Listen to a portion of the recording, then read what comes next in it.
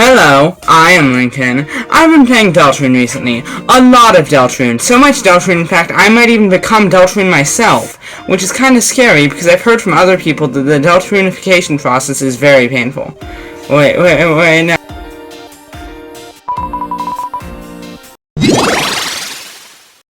Ah yes, Deltarune, that amazing game that was developed by Toby Fox. Don't ask why he's dressed as Trickster Jane, I don't know. Where exactly did we leave off last time? Oh yeah, that's right. This scene is amazing, not only because it's an amazing cliffhanger, but also because it reveals that Chris and the player are separate entities, and Chris is their own character, which will eventually lead to more fun interactions as Chris and their own personality. So that's why nowadays people stop referring to Chris as a player insert character, unless they're trying to justify themselves misgendering them. By the way, I noticed that in the last retrospective, I misgendered them like several times. And that is because for the first 3 years I played the game, I thought they were a guy. But since then I've learned that they're non-binary, and I try not to misgender them, but it's kind of difficult, especially seeing as I played a lot of Deltarune in its early days. So there's a lot of Chris-guy correlation in my mind. So please try to excuse me if I ever misgender them on accident again. At least it's better than doing it on purpose to try to force your dumb ideology onto a perfectly good fictional world. But now with all of that out of the way, let's go see what they were gonna do with that knife.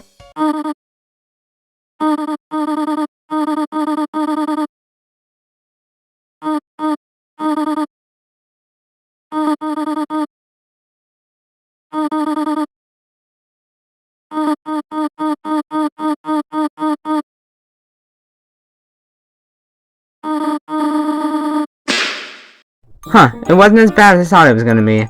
Anyways, at school, Birdie starts reading from the textbook, and having to listen to him makes you automatically fall asleep. When we wake up, it turns out Susie's been waiting in the hallway for us to go to the dark world, so let's go.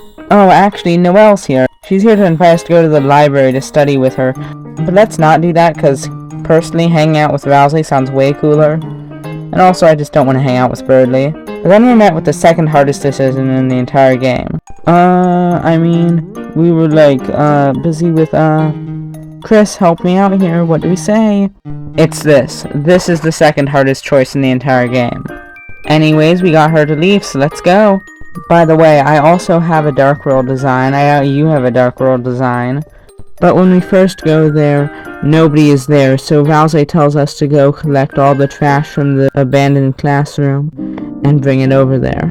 Then you get the new filled-up version of Castletown. It's got a lot of cool things you can do. You can even talk to the old king, where he tries to validate throwing Lancer off to the cliff by saying that he would just bounce because he's a bouncy little pumpkin! Chris and Susie also both get rooms. Chris's being filled with awards, like Asriel's was, and Susie's being filled with spiky lizard dragon things. But then Rousey learns we have Homestuck. Why am I like this? But then Rousey learns we have homework, and decides to ruin everything by banishing us from the kingdom until we finish our homework. Lancer, Rules, and the original Starwalker join our inventory during this time. So we go to the library, but nobody's there. So we look around, and eventually we just decide, you know what, we're just going to go into the computer lab. And we open the door to the computer lab, and it appears that there's a dark fountain inside of there, meaning that we've got a whole new dark world to go to. So Chris and Susie jump in, and the new adventure begins. Pay attention to this little detail, it's important.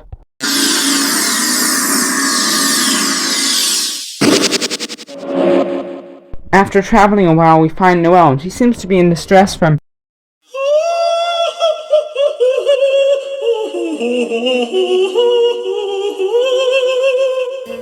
in the last chapter you fought the king, so in this chapter you're gonna fight computer serial number Q5U4EX7YY2E9N, or Queen for short.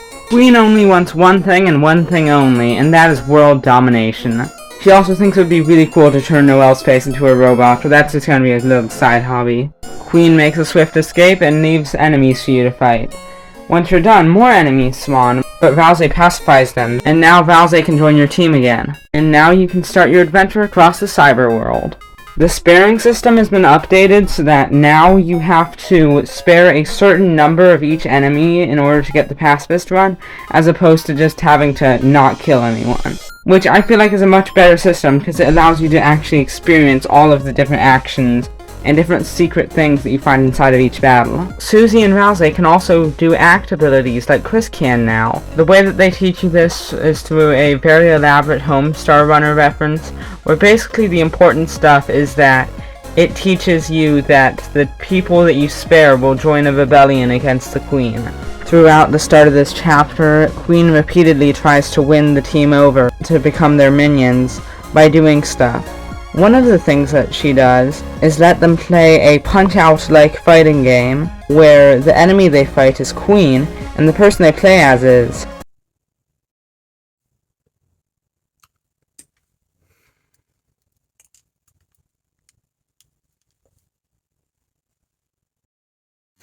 John Egbert! Eventually they get to these roller coaster things, and Queen shows them that Noelle became her minion. And then when Noelle is asked to attack them, Susie and Noelle just awkwardly flirt for a while, until... Fear not, my beloved Noelle. This valiant warrior of brave intelligence will be your knight in glow-in-the-dark armor.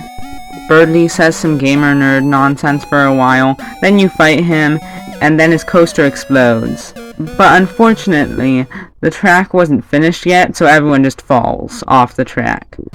They land in the Cyber City dump, where Susie and Rousey run off. You are incapable of following them, so you have to go in a different direction. And you enter the Cyber City. It doesn't take long for you to find Noelle, but then Noelle goes to hide because Queen is searching for her. You agree to help Queen find Noelle, but then Queen goes to hide because Birdly is searching for her. You agree with Birdly to help find the Queen. Then Birdly leaves. Then Queen exits her hiding spot and leaves. Then Noelle exits her hiding spot and joins your party. So naturally, you go and explore the rest of the city. There's this one scene in the city where Noelle talks about her sister Des. You never really get to know Des. As a matter of fact, she's nowhere to be found in the Light World segments. And they talk about her in the past tense every time she's brought up, as if she's dead or something. She's just generally a mysterious character that nobody knows anything about. Eventually, Noelle gets a disguise and you get a ride in Queen's limo. But there's a lot of traffic, so you have to go into the alleyways to reactivate the traffic lights. But in the alleyways, you meet him. Spampton G. Spampton. At the end of the Spampton fight, he tells you to meet him at his storefront in the trash zone. Then you activate the traffic light and you can continue progressing. Eventually you meet back up with Susie and Rousey, and the four of you travel to the Queen's mansion. Birdly also shows up there. Queen imprisons Chris, Susie, Birdly, and Noelle, but not Rousey because she ran out of cages. You use Lancer, which you had in your pocket the entire time, to escape the prison, and you make it to the main floor of Queen's mansion. I'm only not mentioning Birdly's whole character arc, if you can call it that, because it's just stupid, and it's very inconsequential to the entire story. If you go back to the dump, talk to Spampton. Spampton will give you the key gen, which you can use to unlock a door that will take you to a secret area, where you can collect a CD. Take that back to Spampton in the dump, load Spampton onto the CD, put the CD into a mech suit thing, and then Spampton becomes Spampton Neo, and you can fight Spampton Neo. You make your way through the mansion. You also see that Rule's card has found your thrash machine from Chapter 1. You see, Rule's card was the thing that jumped out of your pocket while you were falling into this dark world.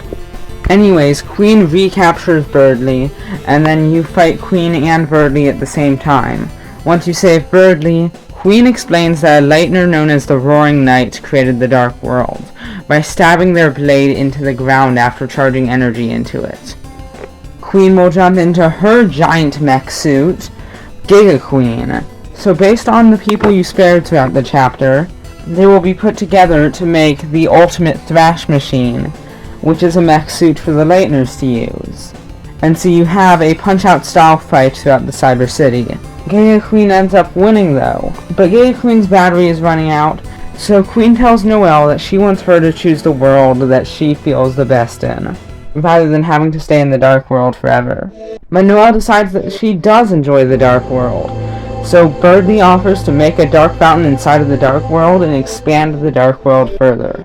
But then Valze explains that doing that will cause Titans to rise up from the ground and destroy the world. Apparently, Queen did not know this and was just acting based on guesses made from the knight's actions. So they all decide to become friends, and Chris and Susie go to seal the Dark Fountain. Noelle and Birdie wake up and they both think it's a dream, so the mission was successful. Onion Sand's secret is that she hears a song coming from the sea sometimes, and Sand says that Papyrus had to cancel your hangout. Now there's a new side quest where Mettaton asks you for a form of entertainment, which you can only collect in the next chapter. Then Susie ends up meeting Toriel, and Toriel decides it would be fun if they had a sleepover. But first, they wanted to bake another pie.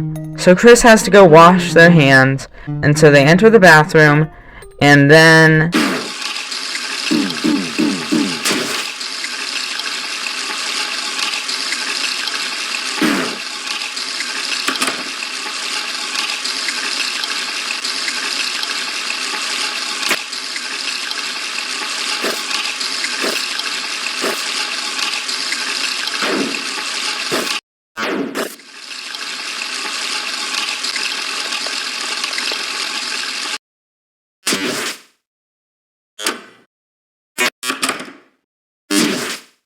They then sit on the couch with Susie to watch movies.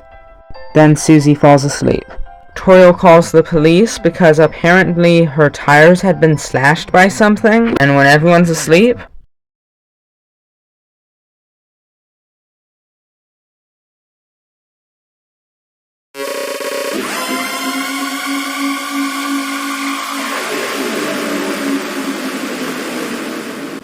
Wow, I thought there was going to be a lot more stuff in Chapter 2. Well, I guess not. Next time we're doing a Deltarune retrospective, it will be on Chapter 3, Late Night. So goodbye until then. Then Noelle exits her hiding spot and joins your party. So naturally, you go and explore the rest of the city. But what if that wasn't what you wanted to do? Maybe you wanted to try something less natural. Upon trying to exit the room to the left, Noelle thinks you're going the wrong way. You'll start encountering enemies that weren't there when you went through there the first time around. You need to defeat every single enemy using Ice Shock, which requires TP, but only enough TP that can be gotten from shielding. Therefore, Chris can just shield, and then you can Ice Shock any enemy. If you miss an enemy and end up not Ice Shocking it, then you fail. If you defeat an enemy or spare an enemy from not Ice Shocking it, then you fail as well. So be sure not to miss any enemies, even this one, even though it's a little hidden. Take Noelle to Spamton's shop, and she'll say that she doesn't know why you took her there, but she says it feels nostalgic. You return to the city going the correct direction, but one rule still stands. Everything must die by Ice Shock. There's a reoccurring series of rooms in Cyber City. These are titled the Annoying Mouse Rooms. Normally you have to do some sort of puzzle to get Noelle to cross them, but this time all you just gotta do is leave and tell Noelle to proceed, and Noelle will walk through on her own. Also throughout Cyber City, there are a series of people known as the Addisons. These people sell stuff. This one tries selling you a pair of dating shoes. In this interaction, you normally get to choose between saying that you're just friends or something else. This time around, you have to say that you're something else. You can say that you're just friends, but that will abandon the little fun thing that we're doing right now, and you wouldn't want to do that. Only after saying that does this Addison offer you the freeze ring. This is a new weapon for Noelle, and Noelle's current weapon, the snow ring, is getting pretty old, so it sounds like a good thing to replace it. You ask how much money it is. Turns out it is always one dark dollar more than the amount of dark dollars you have on you in that moment. So Noelle says no, we don't have enough money. And then you say, get it. And you say get it over and over and over. Noelle first thinks that she's being asked to purchase it on her own, and just thinks that Chris has gone insane because they don't have enough money. But then she starts realizing, you're not talking about money. She says that she doesn't want to do anything, but then her eyes close and...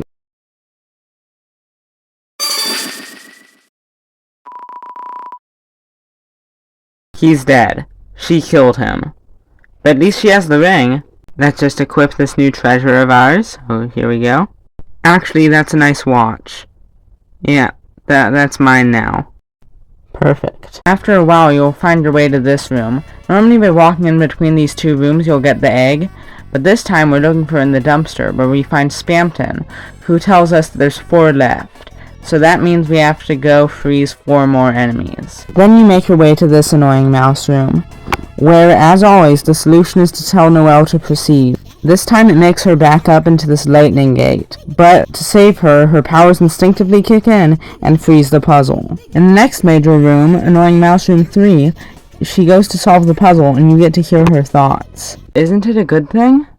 I'm solving things by myself, taking new things for myself, defeating enemies by myself, and every time I do, I'm getting stronger. What did I do when I got that ring, when I solved that puzzle? It doesn't matter. It doesn't matter if I don't remember it. It doesn't matter if the battles are blurring together. If Chris tells me to do it, I can do things I've never done before. Isn't that a good thing? I'm getting stronger. As long as I just do what they say. As long as I... She then finishes disabling the puzzle.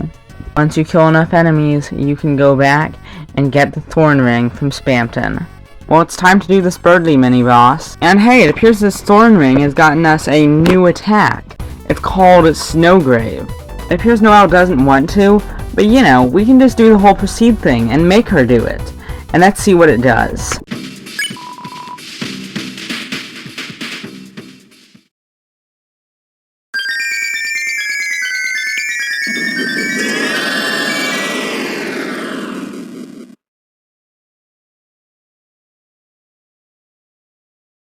She says she's going home and leaves. You follow her, and it leads you to a shortcut to Queen's Mansion, where you find Susie and Rousey. However, it appears that the mansion has been taken over by Spamton. Can we just talk about Spamton for a while?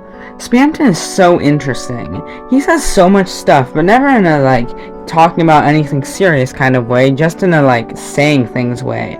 He talks about stuff, how much he hates CRT TVs, and this guy named Mike, that you never get to see. He tells you stuff like, never believe any of the things you see on TV, the man's a criminal, and believes that your human soul is the only thing that is going to set him free, even though there is no evidence that he will be set free by the soul at all.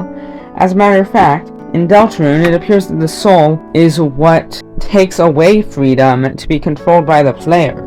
His lack of freedom is represented everywhere, to being in the Spamton Neo boss fight as he has puppet strings on him, to the fact that his mouth opens up like a puppet, and even to the fact that he can't even use the word freedom. Every time he tries to say it, he just ends up saying hyperlink blocked instead. He really is a horrifying character. Not in a horrifying way like he's scary, but in a horrifying way like you're scared of whatever he's scared of. Like just a massive warning sign about the future. When you're about to fight Giga Queen, the differences that you've made so far has caused Rousey to explain the roaring before the fight even happens, stopping it from happening entirely. Queen seems completely unaware that the mansion has been taken over, but you know what, that doesn't matter.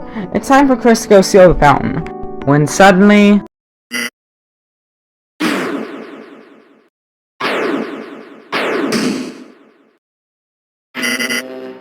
Spamton Neo is back and he's here to kill you. At the end of the fight, if you whisper Noelle's name, she will rise and Snowgrave Spamton, allowing you to seal the fountain. In the light world, Noelle wakes up, and Birdly doesn't, because he's now in a coma and is going to die imminently. But Noelle doesn't know that, and refuses to believe that that dream was real, so she goes to check up on her dad in the hospital. You decide to surprise her by checking up on him as well. She thinks it's weird that you arrived at the room, so she leaves the room. Come on, it was just a bad dream. Even so, it was so real, I can't get it out of my mind. That voice telling me what to do. A voice unlike Chris's. A terrifying voice. Chris, recently there's been something different about them. Why hasn't anyone else noticed it? I have to figure it out. Why Chris is acting this way. Why they keep coming to the hospital. Huh? Chris, how long have you been standing out there? You really scared me, you know? Keep it together, Noelle. There's nothing to be afraid of. After all, a dream is just a dream, right? Chris? Why are you wearing my watch? When did you...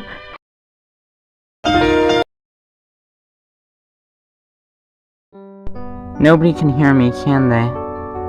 I guess not. To be honest, I'm not even sure if I can hear myself. It's so quiet here, yet sometimes I swear I can hear something. Something like scratching?